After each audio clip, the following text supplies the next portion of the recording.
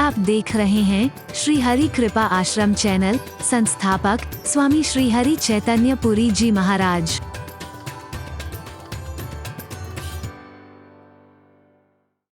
राम नहावा सुचि सुजान बट चीर मंगावा, अनुज सहित सिर जटा बनाए, देख सुमंत्र नयन जल छाए।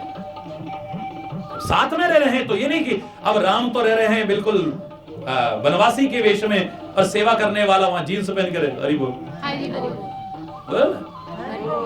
कैसे अच्छा लगेगा बताइए, आप सोचिए। ये रहने की साथ में गुरु के साथ, स्वामी के साथ, प्रभु के साथ रहने की एक मर्यादाएं हैं।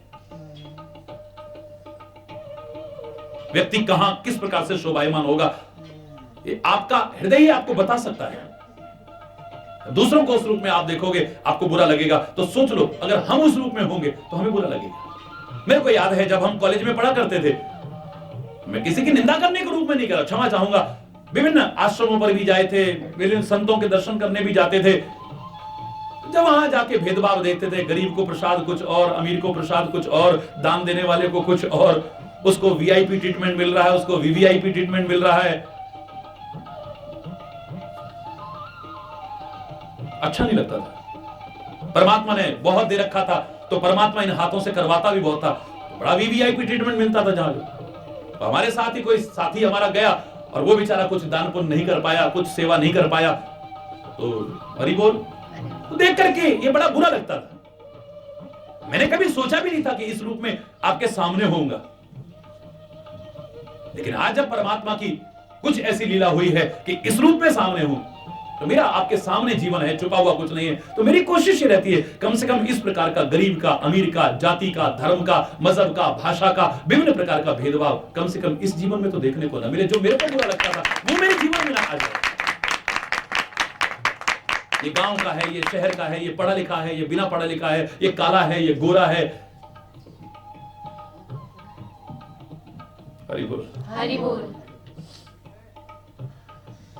काला होना को बुरी बात नहीं, लेकिन मन के भी अगर काले हो तो फिर हरि बोल। गोरा होना कोई बहुत खुशी की बात नहीं है, लेकिन अगर तुम्हारा दिल भी साफ सुथरा और खुला हो जाए तो बात न सीरत बुरी है, न सूरत बुरी है, बुरा है वही जिसकी। ये तो रात दिन सड़क पे चलना पड़ता है और ट्रकों के पीछे लिखा बड़ा अच्छा देखने को, हरि बोल। और ये वास्तविकता है। अगर तुम्हारे कर्म ही खराब हैं, परमात्मा भेदभाव नहीं करेंगे, गुरु भेदभाव नहीं करेंगे, संत भेदभाव, लेकिन तुम अपने कर्मों और आचरणों पर निगाह दौड़ाओगे तो भेदभाव के अधिकारी तुम स्वयं बनते हो। हरि बोल, हरि बोल। जो वहां पर देखते थे, कोशिश ये है कि वो हमारे जीवन में ना आए। जैसे हमें बुरा लगता था, अखरता था, तो हमारे पास आकर के किसी को ना अखरे। अच्छा और बुरा क्या है, क्या परिभाषा है? What is the definition of wrong and right? क्या है परिभाषा? मैं तो इतना ही कह सकता हूं, इस परिभाषा को ढूंढने की, सही और गलत को, अच्छे और बुरे को, ना वेदों में जाने की जरूरत है, ना ग्रंथों में जाने की जरूरत है, ना सत्संग में जाने की जरूरत है। यह परिभाषा तो तुम्हें अपने अंतर से नजर आ जाएगी। तुम्हारा दिल बता देगा क्या सही है क्या गलत है। जब तुम्हारी कोई निंदा करता है तुम्हें कैसा लगता है? अच्छा, जोर से बोलो, ये बुरा है। जब तुम्हारा कोई अपमान करता है तो बुरी बात होगी। तुम्हारा अंदर बता रहा है ये बुरी बात है, तो तुम भी किसी का मत करना। कोई क्रोध में बात करता है कैसा लगता है? हरि बोल, जोर से बोलना, हरि बोल। कोई भेदभाव करे कैसा लगता है? तुम भी मत करना। कोई तिरस्कार करे, उपेक्षा करे, अपमान करे, घृणा करे तुमसे, कैसा लगता है? तुम भी मत करना। तुम्हारी बेटी को कोई ससुराल में सताए कैसा लगता है? तुम्हारे घर में भी जाए, मत सताना ना उसे। कहां ढूंढोगे अच्छे और बुरे को? सही और गलत की परिभाषा कहां ढूंढोगे? तुम्हारे अंदर छुपी हुई है। तुम्हारी आत्मा तुम्हें बता देगी। जो तुम्हारी आत्मा को गलत लग रहा है वही गलत है, और जो तुम्हारी आत्मा को सही लग रहा है वही सही है। निश्चिंत होकर के आने वाली है। तुम्हारे घर में झगड़ा चल रहा है, कोई आया, उसने झगड़ा शांत करा दिया। तुम्हारा संबंध टूटने वाला था, किसी ने आकर के बड़ी अच्छी बीच बचाव किया और आपका संबंध बना रह गया। आपको कितना अच्छा लगता है? तुम भी किसी के घर का झगड़ा खत्म करो ना, उसके झगड़े का कारण क्यों बनते हो? तुम्हारे घर की अशांति को कोई आके दूर कर दे, तुम्हें कितना अच्छा लगता है? तुम भी किसी के घर में अशांति फैलाने की कोशिश मत करना। जो तुम्हें अच्छा लग रहा है, आत्मा को, मन को नहीं, वही अच्छा है। जो तुम्हारी आत्मा को बुरा लग रहा है वही बुरा है। कोई परिभाषा कहीं ढूंढने की जरूरत नहीं है। तुमसे कोई प्यार से बात करे तुम्हें कितना अच्छा लगता है, चाहे झूठा ही प्यार दिखा रहा हो, नाटक ही क्या कर रहा हो, तुम्हें कितना अच्छा लगता है। तुम भी प्यार से बात किया करो ना। हरि बोल, हरि बोल। तुम्हारा कोई सम्मान करे तुम्हें कितना अच्छा लगता है। तुम भी दूसरों का सम्मान करो ना। तुम्हारे माता पिता का, तुम्हारे संतों का, तुम्हारे गुरुओं का जब सम्मान फैलता है तुम्हें कितनी खुशी होती है। तो तुम भी किसी के संत का, किसी के गुरु का कभी अपमान करने की कोशिश मत करो ना। जो तुम्हें बुरा लगता है दूसरे को भी बुरा लगेगा, जो तुम्हें अच्छा लगता है दूसरे को भी वही करो ना। यही अच्छा है, यही बुरा है, कहीं ढूंढने की जरूरत नहीं है। हरि बोल, हरि बोल। तो कहां पर कैसे रहना है ये हमें आना चाहिए। कहां पर किस प्रकार का परिवेश बनाना चाहिए ये हमको आना चाहिए। मंदिर में कैसा माहौल होना चाहिए, आश्रम में कैसा माहौल होना चाहिए। एक आश्रम में आप जाओ, फिल्मी गीत बज रहे हो, कैसा लगेगा। टेलीविजन पर पिक्चरें देखी जा रही हो, कैसा लगेगा आपको। सच बोलना, बोलो ना। आपस में लड़ रहे झगड़ रहे हैं वो लोग, कैसा लगेगा आपको। वहां पर एक दूसरे की निंदा चुगली ही की जा रही है, कोई प्रभु का नाम नहीं, कोई सत्संग की बात नहीं, कैसा लगेगा आपको। आपको लगेगा वो आश्रम है।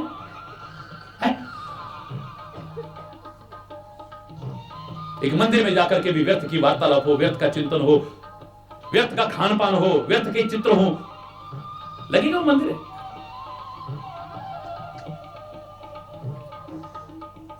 जहां पर आप हैं वहां की मर्यादाओं का पालन करना आपका पुनीत कर्तव्य है। इससे तो बेहतर है कि वहां से हरि बोल, कम से कम पाप और अपराध के भागीदार कभी बनने की जबरदस्ती कोशिश करें।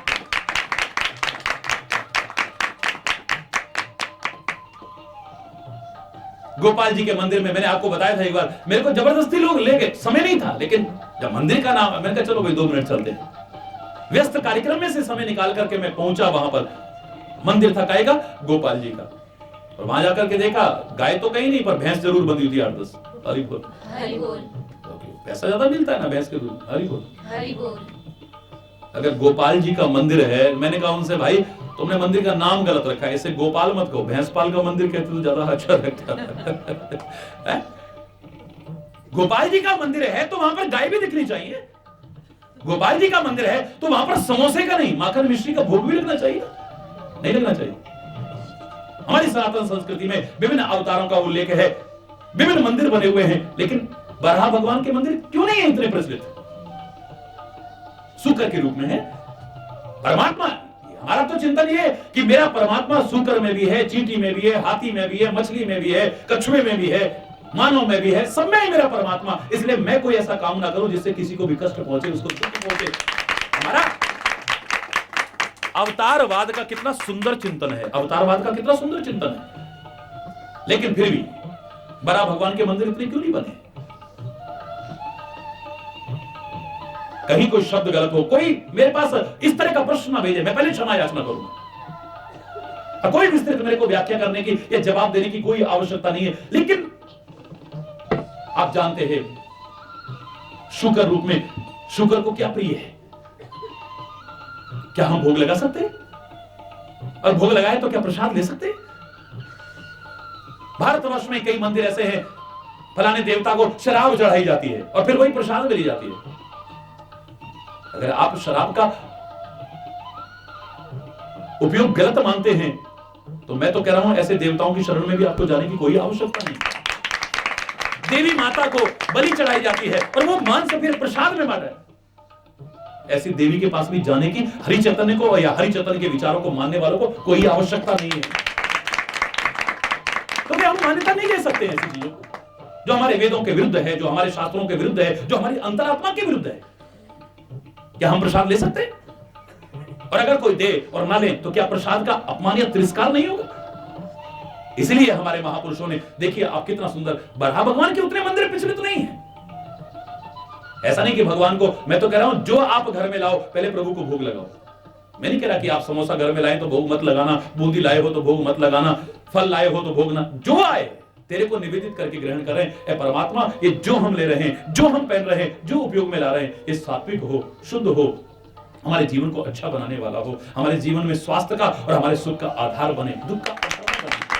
प्रभु को अर्पित करके ग्रहण करें, ये हमारा पुनीत कर्तव्य बनता है। लेकिन मर्यादाएं हैं। हनुमान जी का क्या रूप है, आप उसी अनुरूप भोग लगाओ ना। आज तो प्रचलन आ गया वो बूंदी का और ये और वो।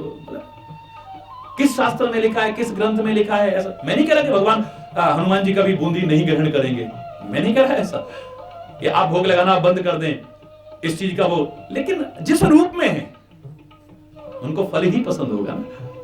हरि बोल, हरि बोल। आप भी कहते हैं ना कि जो हमें, जिसको हम इतना प्यार कर रहे हैं, इसकी सबसे ज्यादा पसंद क्या है, हम वो देना इसे है?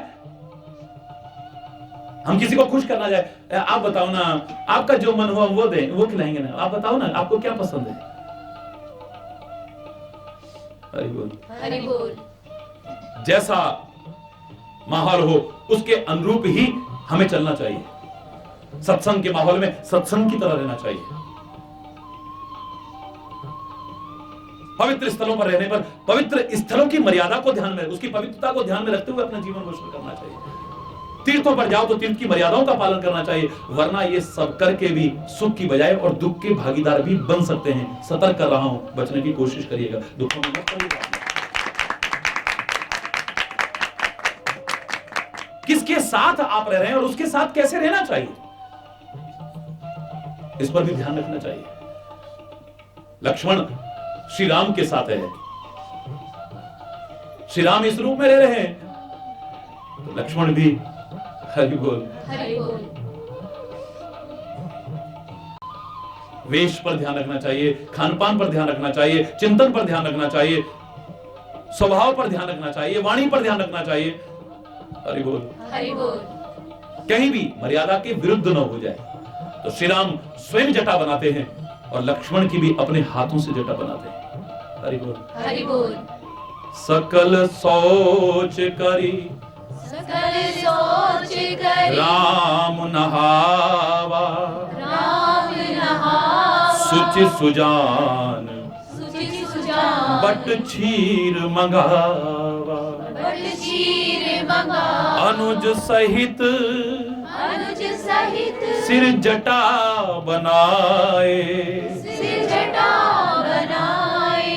अनुज के सहित सिर पर जटाएं बनाई हैं। देख सुमंत्र नयन जल छाए, देख करके सुमंत्र की आंखों में आंसू भराए। मुझे लगता है यहां पर यह भाव तो हो ही सकता है कि जिस सिर पर चक्रवर्ती सम्राट का अयोध्या का ताज रखा जाना था वहां जटाएं। हरि बोल, हरि बोल। ये तो लगा ये है, देख करके दुख हुआ, लेकिन इससे ज्यादा जो मेरे मन में भाव आ रहा है वो कहे बिना नहीं रहूंगा। मुझे लग रहा है इससे भी ज्यादा दुख किसी और चीज का है। महाराजा दशरथ ने भेजा था कि रथ में ले जाओ, थोड़ा जंगल में घुमा करके फिर वापस ले आना, लेकिन अब तो इन्होंने तपस्वी वेश ही धारण कर लिया। अब तो आशा निराशा में बदल गई। तो अब हृदय में अभी तक एक उम्मीद थी कि शायद मैं समझाऊं तो राम वापस लौट आए, अब इनके लौट जाने की उम्मीद तो खत्म हो गई। अभी एक आशा की किरण, दशरथ का संदेश सुनाऊंगा, महाराजा दशरथ का संदेश सुनाऊंगा। उन्होंने कहा था कि इनको जंगल में दिखा करके और वापस ले आना, लेकिन अब तो ये तो बिल्कुल परिपक्व हैं, पूरी तरह से उस वचन को निभाने के लिए तैयार हैं, और इन्होंने तो शुरुआत कर दी तापस वेश विशेष उदासी में रहने की।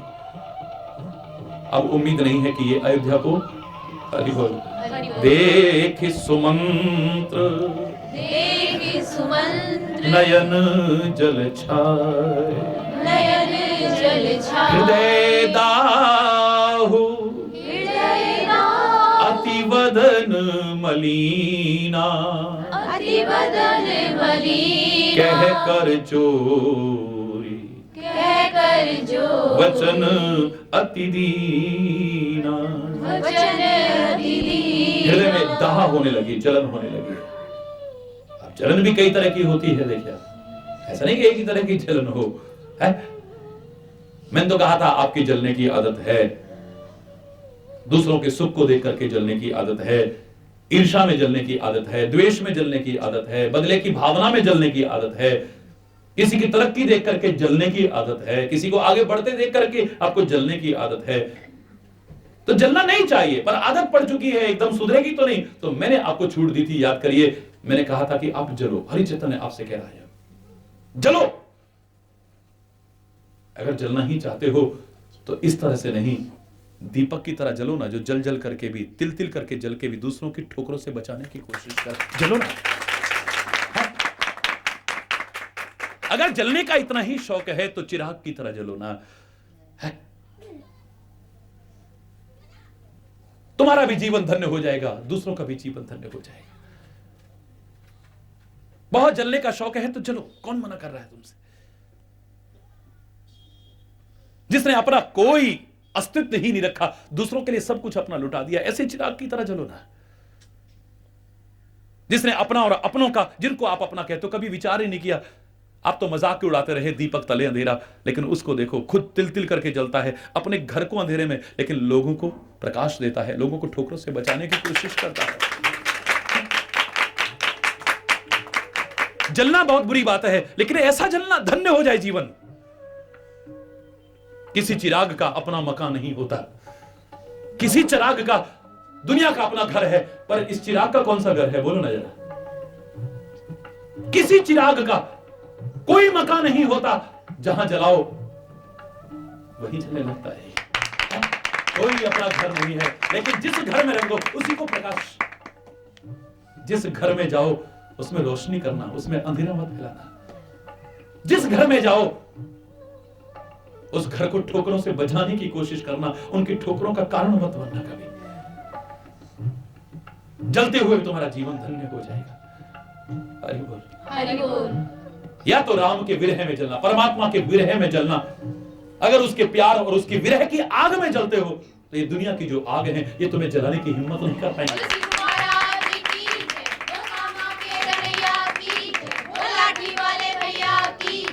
इतना अभी तक भाव नहीं आया है कि प्रभु के प्यार में, गुरु के प्यार में, उनके विरह की आग में जल सको। तो अपने जीवन को ऐसा बनाना जो किसी को रोशनी दे सको, चिराग की तरह। हरि बोल, हरि बोल। इसका हृदय जल रहा है, लेकिन कोई ईर्ष्या से नहीं जल रहा है, कोई द्वेष से नहीं जल रहा, कोई बदले की आग से नहीं जल रहा है, दूसरे के सुख को देखकर नहीं, दूसरे को कष्ट में देख करके चल रहा है। हृदय में दाह है, लेकिन जब किसी के सुख होते होते दुख आ जाए, उसे देख करके हृदय में दाह हो, मैं दावे से कह रहा हूं, उसे सच्चे अर्थों में मानव कहलाने का अधिकार है, दूसरे को नहीं। इस सुमंत्र सच्चा मानव है, सुमंत्र सच्चा भक्त है, सच्चा प्रेमी है। हृदय दाह, हृदय दाह, अतिवदन मलीना, अतिवदन मलीना। दाह बहुत बुरी चीज है, लेकिन यहां दाह नहीं, अति दाह है। हृदय दाह अति, वदन मलिना, चेहरा उदास हो गया है बिल्कुल,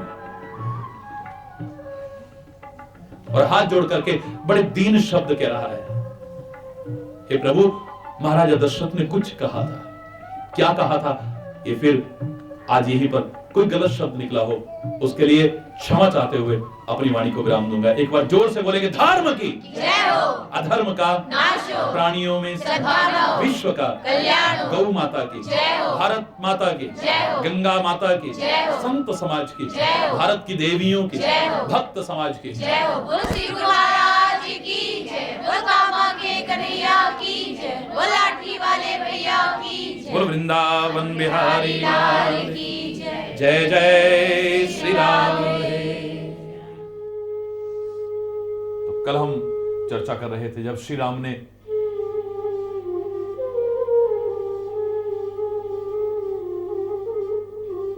बड़ का दूध मंगा करके जटाएं बनाई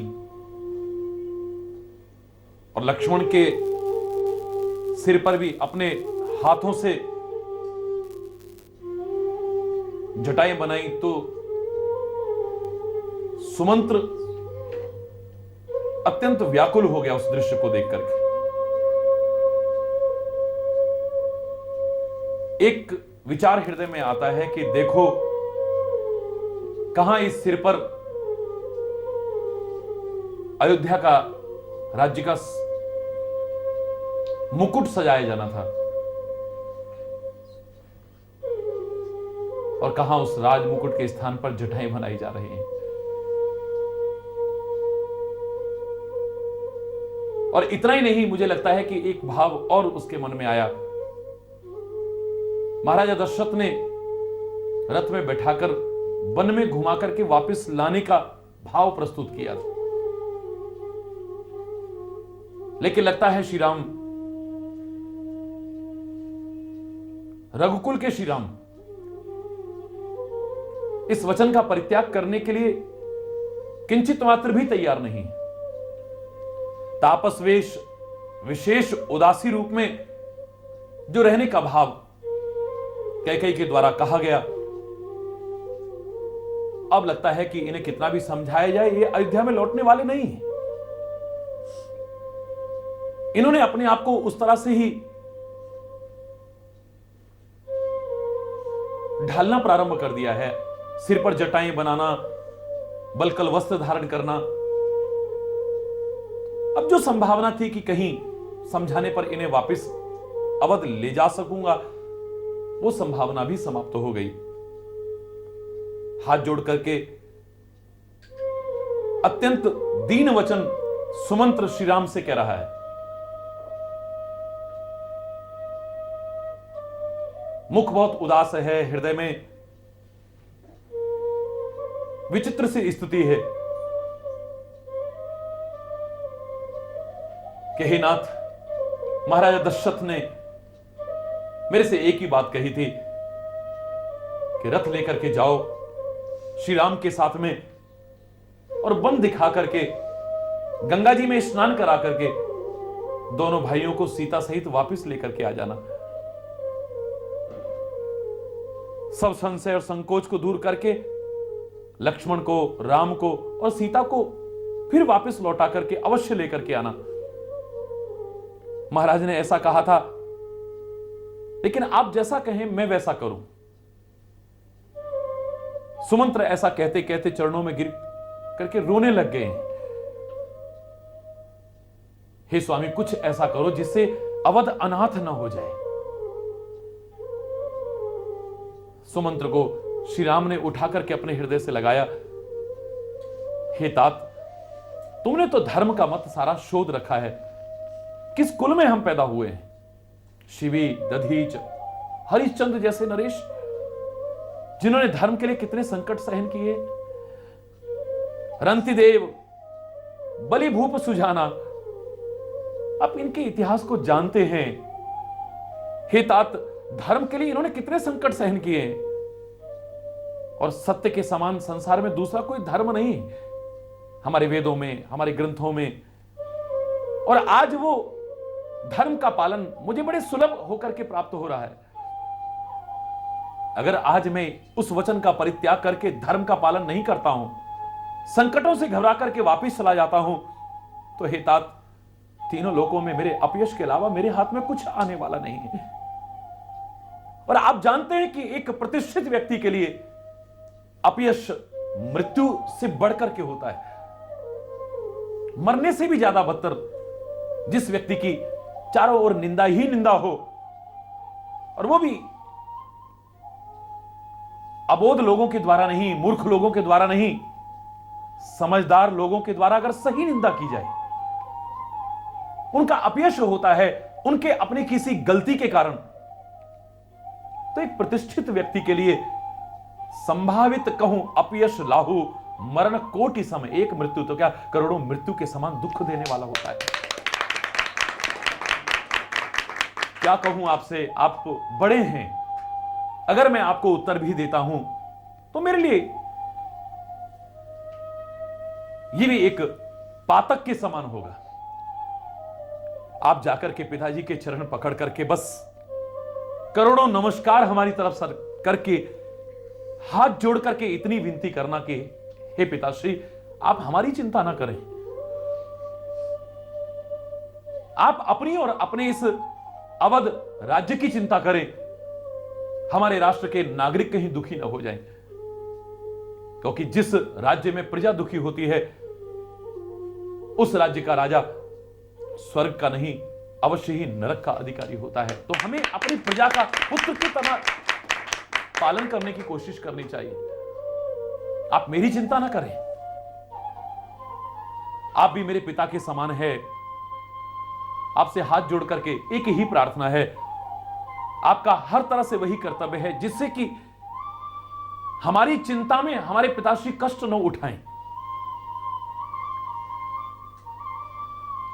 निषाद अपने परिवारजनों के साथ में, परिजनों के साथ में श्री राम का और सुमंत्र का यह संवाद सुन रहा था। निषाद को भारी विषाद हुआ है। लक्ष्मण ने कुछ कटु वचन कहे। श्री राम ने अनुचित है यह जानकर के मना किया। हे तात, पिता से इन वचनों को मत कहना। लक्ष्मण के जो मेरे प्यार के कारण मां कैकेयी के लिए या आपके लिए कुछ ऐसे शब्द कहे हैं जो सुनकर के अच्छे नहीं लगने हैं, तो मेरी आपसे प्रार्थना है कि इन्हें मैं आपको सौगंध दिला करके, अपनी सौगंध दिला करके कहता हूं कि लक्ष्मण का संदेशा पिताश्री से जाकर के मत कहना। सुमंत्र फिर महाराज दशरथ का संदेशा कहते हैं कि सीता जंगल के कष्टों को नहीं उठा पाएगी। हे राम, जिस प्रकार से भी सीता वापस आ सके, श्री राम तुम्हें वही करना चाहिए। अयोध्या वरना बिल्कुल सहारे के बिना हो जाएगी, अवलंब विहीन हो जाएगी। और महाराजा दशरथ ने कहा है कि मैं ऐसे तड़प तड़प करके मर जाऊंगा जैसे जल के बिना मछली व्याकुल होकर के तड़प तड़प करके अपने प्राणों को त्याग देती है। कभी मायके में, कभी ससुराल में, जहां इसका मन करे ये रहे, लेकिन जंगल के कष्टों को उठाने के लायक सीता नहीं है। महाराज ने बड़ी प्यार से विनती की है, गिड़गिड़ाते हुए विनती की है। उनका वो दुख, उनका वो प्यार मैं वर्णन नहीं कर सकता हूं। श्री राम, मेरी तो प्रार्थना यह है कि आप तीनों ही वापस चलें, और अगर आप नहीं चलते हैं तो कम से कम सीता को तो अयोध्या को वापस लौटा दें, वरना अयोध्या हर तरह से अनाथ हो जाएगी। प्रभु, पिता के संदेश को सुनकर के कृपा निधान श्री राम सीता को अनेक प्रकार से समझाते हैं। सास ससुर गुरु प्रिय परिवारों, फिरहित सबकर मिटे खबारो। जितने भी लोग हैं इन सबका दुख दूर हो जाएगा। सिया, तुम वापस लौट जाओ। पति के वचन सुनकर के वैदेही फिर वही बात कहती है जो प्रारंभ में कहती है, हे प्राणपति, हे परम स्नेही, हे प्रभु, हे करुणामय, हे परम विवेकी, आप मेरे को एक बात बता दो, शरीर को छोड़ करके छां कहां रह सकती है? क्या प्रतिबिंब शरीर के बिना अलग से रह सकता है? शरीर है तो प्रतिबिंब है, और शरीर वहां पर नहीं है तो सोच लेना प्रतिबिंब का अपना कोई अस्तित्व ही नहीं है। ऐसे ही मैं आपके बिना कैसे रह जाऊं? मैं आपके बिना कैसे रह सकती हूं हे स्वामी? प्रकाश सूर्य को छोड़ करके कहां रहे, चंद्रमा को छोड़ करके चांदनी कहां रहे? इस बात का मुझे उत्तर दे दीजिए स्वामी, तो मैं आपको छोड़ करके चली जाऊं। आपके बिना आप स्वयं जानते हैं कि मेरा कोई अस्तित्व ही नहीं है। बड़े प्यार से विनय सुनाई, मंत्री से बड़े प्यार से प्रार्थना करने लगे कि आप भी मेरे पिता के समान, ससुर के समान हितकारी हैं। अगर मैं आपको उत्तर देती हूं तो अनुचित है, लेकिन आर्त होकर के मैं आपके सम्मुख हो रही हूं, आप बुरा ना माने, क्योंकि आरत के चित्त रहत न चेतु। दुखी आदमी के हृदय में कोई बोध नहीं रहता है। हे आर्यपुत्र, आप भी सुन लें, और हे तात सुमंत्र, आप भी सुने कि मैं श्री राम के चरणों के बिना कहां जाकर के रह सकती हूं। इनके बिना मेरा संसार में है कौन? इस संसार के जितने भी नाते हैं, मैंने अपने पिता का महान वैभव भी देखा है। हर प्रकार की सुख सुविधाएं हैं वहां पर, कोई अभाव नहीं है वहां पर। ऐसे सुख निधान पिता के घर में रह करके भी श्री राम के बिना मेरा मन कदापि लगने वाला नहीं है। आप मुझे श्री राम से दूर करके अपने प्राणों से विलग करने की कोशिश न करें। मेरे ससुर भी कोई साधारण नहीं है, चक्रवर्ती सम्राट हैं। 14 भुवन में उनका प्रभाव है। इंद्र भी आगे बढ़कर के उन्हें सिंहासन देता है। ऐसे अवध नरेश मेरे ससुर, मां सुनैना से ज्यादा प्यार करने वाली मेरी माताएं, मेरे पिता से ज्यादा प्यार करने वाले मेरे ससुर। लेकिन मैंने अच्छी तरह विचार करके देख लिया है कि श्री राम के बिना मैं उसी प्रकार नहीं रह सकती हूं जैसे प्राण के बिना यह शरीर रहने वाला हरगिज भी नहीं है। वो अपार सुख सुविधाएं स्वामी के बिना मुझे दुखद लगेंगी, और जंगल के अगर कष्ट यातनाएं भी मुझे सहनी पड़े, परंतु मेरे स्वामी का मेरे साथ बना रहे तो शायद कहीं उनसे भी ज्यादा सुखद होगा। मेरी तो उनसे एक ही प्रार्थना कीजिएगा कि आप मेरी चिंता ना करें, मैं जंगल में भी अपने स्वामी के साथ हर प्रकार से सुखी हूं। प्राणनाथ मेरे साथ हैं, प्रिय देवर मेरा पुत्र मेरे साथ है। जंगल में मुझे किसी प्रकार का कष्ट नहीं होगा, मुझे किसी प्रकार का भय नहीं है।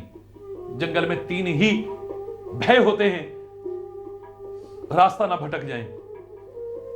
सारी दुनिया का मालिक जब आगे आगे चल रहा होगा तो रास्ता भटकने की तो संभावना हो ही नहीं सकती है।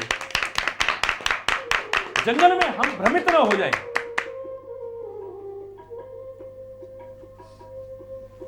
सारे भ्रम का निवारण करने वाले स्वामी तो मेरे साथ में होंगे। जंगल में कष्ट ना हो जाएं तो सारे सुख के सागर तो मेरे परमात्मा मेरे साथ में होंगे। आप मेरे लिए चिंता करने का कष्ट न करें। इतना दुख मेरे को अवश्य है कि आपकी सेवा करने का जो अवसर था उससे मैं वंचित रह रही हूं। सीता की वो शीतल वाणी सुनकर के सुमंत्र बहुत व्याकुल हो गए हैं, जैसे मणि के बिना सर्प व्याकुल हो जाता है। कुछ समझ में नहीं आ रहा कि क्या करूं। श्री राम ने बहुत प्रकार से समझाया, फिर भी हृदय को शीतलता नहीं मिल रही है। अनेक प्रकार से साथ ले जाने के उपाय किए, लेकिन श्री राम समुचित उत्तर देकर के उन्हें निरुत्तर कर देते हैं। श्री राम की आज्ञा को टालने की सामर्थ्य किसकी हो सकती है? शायद ऐसा ही लिखा होगा, राम लक्ष्मण और सीता के चरणों में सिर नवा करके, जैसे एक वैश्य, एक वणिक अपनी सारी पूंजी गवा करके निराश होकर के जा रहा होता है, उदास होकर के जा रहा होता है, सुमंत्र श्री राम से विलग होकर के उसी प्रकार से अयोध्या को वापस लौट रहे हैं, रथ हाँक रहे हैं। बार बार लौट लौट करके देखते हैं, और वही नहीं, घोड़े भी हिन हिना करके बार बार देखते हैं।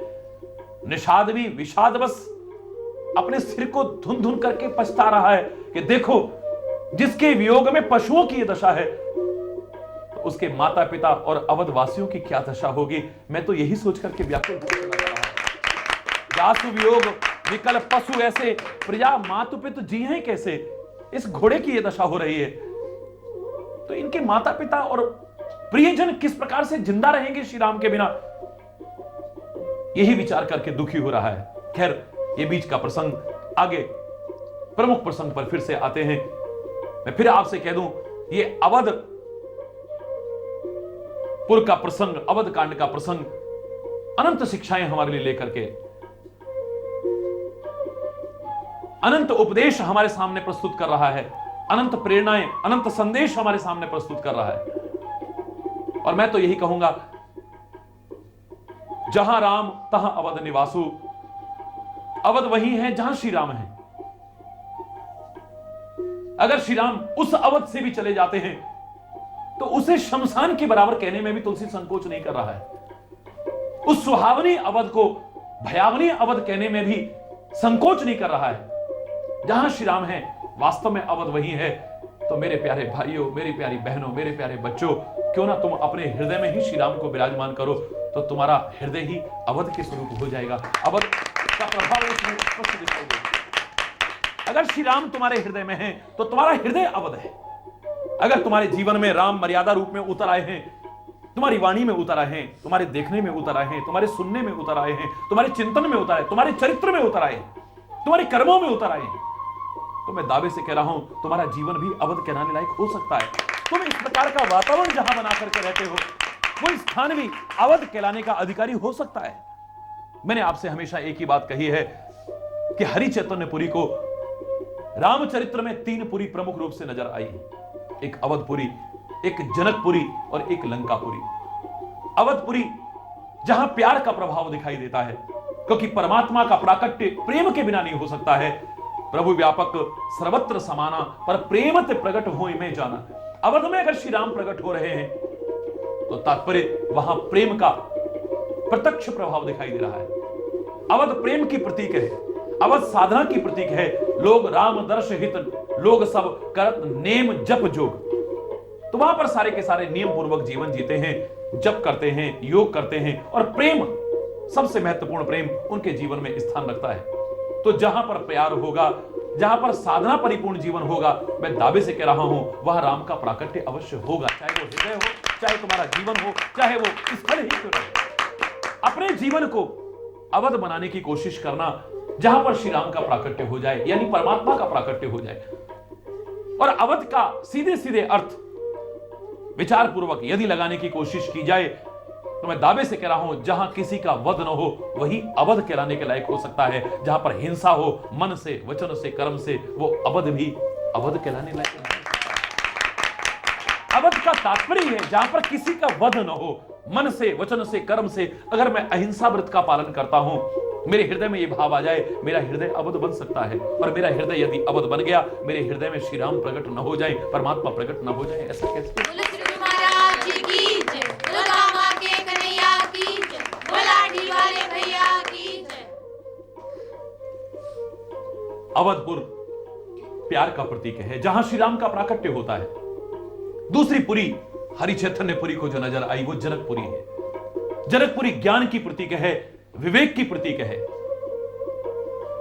और जहां पर ज्ञान है, जहां पर विवेक है, जहां पर विचार है, वहां पर खाली सीता और राम का ही मिलाप नहीं होगा, प्रिया प्रियतम का ही मिलाप नहीं होगा। मैं दावे से कह रहा हूं ज्ञान परिपूर्ण जीवन अगर आप जीने की कोशिश करेंगे तो आपकी आत्मा का परमात्मा से भी मिलाप हो जाएगा। अवध बनाना, अपने जीवन को, प्रेम को स्थान देना, साधना को स्थान देना, परमात्मा का प्राकट्य तुम्हारे हृदय में हो जाएगा। या अपने जीवन को जनकपुरी बनाने की कोशिश करना, ज्ञान परिपूर्ण, विवेक परिपूर्ण जीवन जीने की कोशिश करना, तुम्हारी आत्मा का परमात्मा से मिलाप हो जाएगा। अगर तुम अवधपुरी अपने जीवन को न बना सको, अगर तुम जनकपुरी अपने जीवन को न बना सको, तो आप लोग इतना प्यार करते हैं परमात्मा के दास, श्री हरि के दास, इस हरि चैतन्य से, तो मैं आपसे हाथ जोड़ करके प्रार्थना करता हूं, आप सबसे प्रार्थना करता हूं, कम से कम अपने जीवन को लंकापुरी तो बनाने की कोशिश। लंकापुरी में कण कण में समाया राम, सर्वत्र रम रहा वो राम, सब में रम रहा वो राम। लंकापुरी में जाकर के भी प्रवेश नहीं करता है, लंकापुरी के पास रहकर के भी लंकापुरी में प्रवेश नहीं करता है। लंकापुरी प्रतीक है भोग विलास की, लंकापुरी प्रतीक है निर्दयता की, लंकापुरी प्रतीक है वेद विरुद्ध आचरण की, हिंसा की। जहां चारित्रिक अभाव है उसकी प्रतीक है। ऐसा जीवन जी करके अपने जीवन को लंकापुरी मत बनाना जहां कभी परमात्मा का प्रवेश ही ना हो सके। इसे प्रेम परिपूर्ण जीवन जीने की कोशिश करना या ज्ञान और विवेक परिपूर्ण जीवन जीने की कोशिश कीजिएगा। आनंद की अवध कांड का अब एक महत्वपूर्ण प्रसंग और, जाति से कोई हीन होता हो, जाति से कोई छोटा होता हो, ये रामचरितमानस ऐसा हरगिज भी नहीं कह सकता है। रामचरित्र स्पष्ट आपको बताने की कोशिश कर रहा है, अन्य ग्रंथों की तरह, कि परमात्मा की भक्ति परिपूर्ण जीवन चाहे नीच से नीच माने जाने वाले प्राणी का क्यों ना हो, परमात्मा को वो परम प्रिय हो सकता है, प्राणों के समान प्रिय हो सकता है। और भक्ति विहीन एक ब्राह्मण तो क्या, ब्रह्मा भी अगर क्यों ना हो, सब जीवों के समान तो प्रिय होगा, वरना परमात्मा को विशेष प्रिय नहीं हो सकता है। तुलसी श्री राम के मुख से कहलवा रहे हैं, भगतिहीन विरंच किन हो, सब प्राणिन सम प्रिय मोहि सो, भगतिवंत अति नीच हो प्राणी, मोहि प्राण प्रिय अस मम वाणी। ये मेरी वाणी है। श्री राम कहते हैं ये मेरा वचन है, सत्य वचन है। मेरी कोई भक्ति कर रहा है, नीच से नीच प्राणी भी क्यों ना हो, मुझे प्राणों के समान प्रिय है वो। और भक्तिहीन विरंच किन हो, भक्तिहीन अगर ब्राह्मण तो क्या, विरंच यानी ब्रह्मा भी क्यों ना हो, सब प्राणिन सम प्रिय मोहि सोहु, क्योंकि सारे मेरे बच्चे हैं, मुझे प्रिय हैं तो सबके समान तो प्रिय है, मुझे विशेष प्रिय हरगिज नहीं हो सकता। शायद केवट जितना परमात्मा को प्रिय हुआ, केवट को जो सौभाग्य मिला, अच्छों को सौभाग्य नहीं मिल पाया है। निषाद जो नीच समझा जाता था, उसे जो सौभाग्य मिला है, अच्छों को सौभाग्य नहीं मिला है। शबरी जिसे लोग नीच मानते थे, जिससे घृणा करते थे, जिसे अछूत मानते थे, परमात्मा की कृपा की जो अधिकारी बनी, शायद अच्छे भी उस कृपा के अधिकारी नहीं बन पाए। उच्च कुल पवित्र कुल में पैदा हुआ वो रावण, उपजे यद्यपि पुलस्त कुल पावन अमल अनूप, लेकिन पाप परिपूर्ण जीवन जी रहे हैं। चरित्र नहीं, आचरण नहीं, निर्दयता अगर जीवन में है तो परमात्मा के प्रिय नहीं बन सकते हैं, परमात्मा के कृपा पात्र नहीं बन सकते हैं। दया के पात्र बन सकते हैं, उनकी कृपा के पात्र हरगिज भी बनने के लिए। केवट का प्रसंग प्रारंभ हो रहा है। सारी दुनिया को पार करने वाले को भी अगर पार करने की सामर्थ्य रख सकता है, सारी दुनिया को वश में करने वाले को भी अगर अपने वश में करने की सामर्थ्य रख सकता है, तो वो प्यार हो सकता है, भक्ति हो सकती है, और कुछ नहीं। प्यार में और भक्ति में वो सामर्थ्य है, सारी सृष्टि को वश में रखने वाले परमात्मा को भी आप अपने वश में कर सकते हैं। जिसकी बंक भ्रकुटी के भय से सागर सप्त उबलते देखा, उसको ही यशोदा के भय से अश्रु बिंदु जल ढलते देखा। रो रहा है, कांप रहा है उसके सामने, डर रहा है उसके सामने। जिसकी बंक भ्रकुटी के भय से सागर सप्त, जरा नजर टेढ़ी हो जाए तो सागर सप्त उबलते देखा, प्रलय आ जाती है। जिसके डर के मारे सूर्य भी तप रहा है, जिसके डर के मारे हवाएं दसों दिशाओं में भागी फिर रही हैं, जिसके डर के मारे डर को भी डर लगता है, वो भी अगर डरता है तो प्यार और भक्ति के प्रभाव के कारण, वरना किसी की सामर्थ्य। यशोदा की सामर्थ्य, उखल से बांध दिया यशोदा ने, उखल से बांध दिया यशोदा ने, यशोदा की सामर्थ्य। यशोदा की सामर्थ्य नहीं है जो उस परमात्मा को उखल से बांधे। अपने बंधन में बांधने की हिम्मत किसी के अंदर नहीं है, किसी जीव के अंदर नहीं है, संसार के किसी प्राणी में नहीं है। परमात्मा को, गुरु को और संत को बांध सकता है तो लोगों का प्यार बांध सकता है, वरना कोई भी बांधने की सामर्थ्य।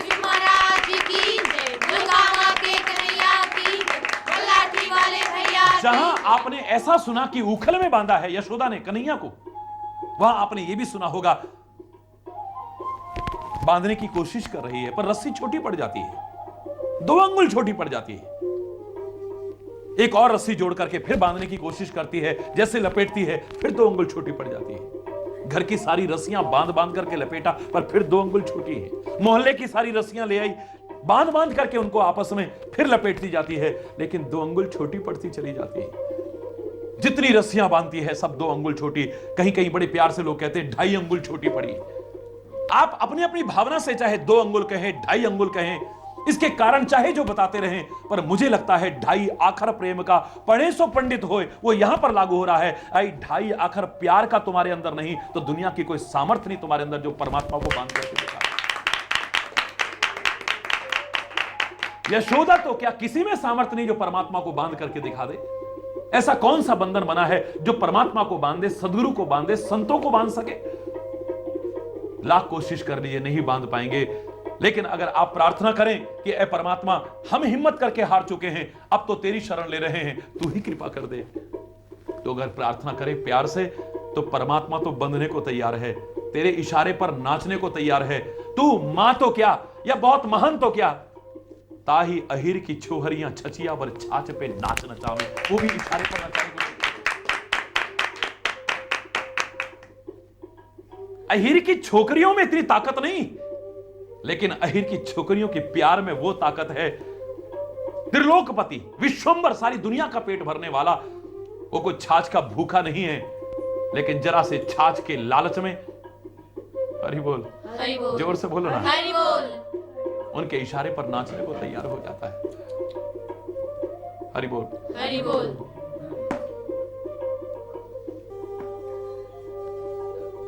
हरि बोल, हरि बोल, जोर से हरि बोल। केवट प्रसंग प्रारंभ कर रहे हैं उसी की कृपा से। जबरदस्ती श्री राम सुमंत्र को वापिस भेजते हैं।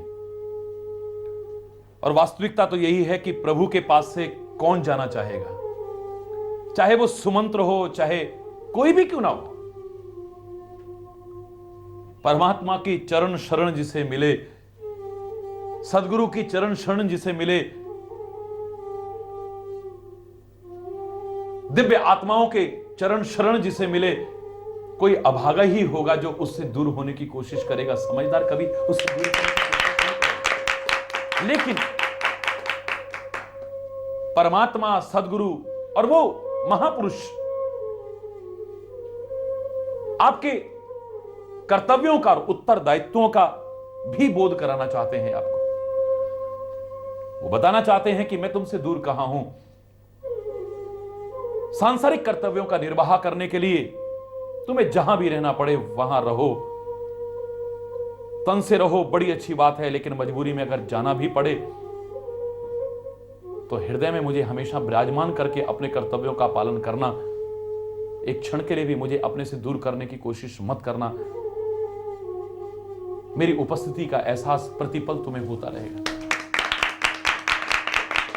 बरबस राम सुमंत्र पठाए, जबरदस्ती श्री राम भेजते हैं, मन नहीं कर रहा है। रामचरितमानस में जिसे भी श्री राम ने कहा कि तुम वापस जाओ, उसकी क्या दशा है, शायद उस दशा को याद करके आज हमारा हृदय बिलक उठता है। अंगद से भी कहा था, अंगद तुम जाओ। क्या विलाप है अंगद का। आप कभी, मैं तो जब बोलने लगता हूं उस प्रसंग को तो वाणी रुक जाती है। कहां जाऊं मैं, मोरे तुम प्रभु गुरु पितु माता, जाऊं कहां तज पद चले जाता। आपके चरण कमलों को छोड़कर के कहां जाऊं, मेरे तो सर्वस्व आप हैं। त्वमेव माताश्च पिता त्वमेव बंधुश्च सखा त्वमेव विद्या द्रविणम त्वमेव सर्वम मम देव देव। आपके अलावा इस दुनिया में मेरा है कौन।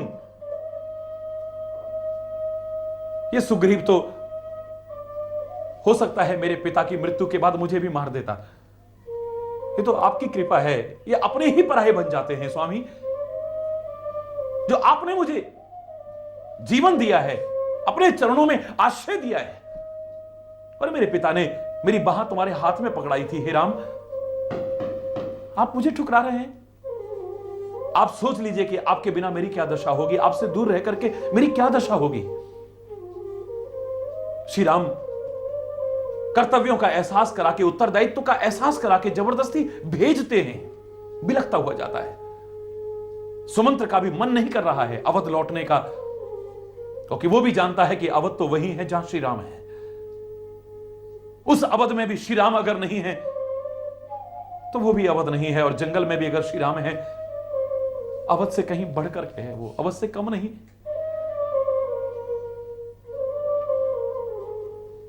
लौटाया जैसे तैसे, स्वयं गंगा के किनारे पर आए हैं। गंगा के किनारे पर मात्र केवट मिला है। केवट ने चरणों में प्रणाम किया। श्री राम कहते हैं कि हे केवट, हमें गंगा के पार जाना है। वन यात्रा में आगे निकलने के लिए तुम नाव लेकर के आओ, जल्दी से नाव लेकर के आओ। केवट कहता है नहीं, मैं तुम्हारा मर्म जानता हूं, सारा भेद जानता हूं तुम्हारा।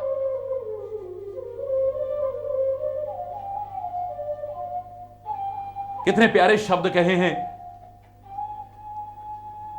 विधि हरि सम्मु नचावन हारे, जग पेखन तुम देखन हारे, तेऊ न जाने मरम तुम्हारा, और तुम्हें को जाना निहारा। ब्रह्मा विष्णु महेश भी जो सारी सृष्टि को नचाते हैं, ऐ परमात्मा, जब वो तुम्हारा भेद नहीं जान सके तो तुम्हारा भेद कौन जान सकता है। और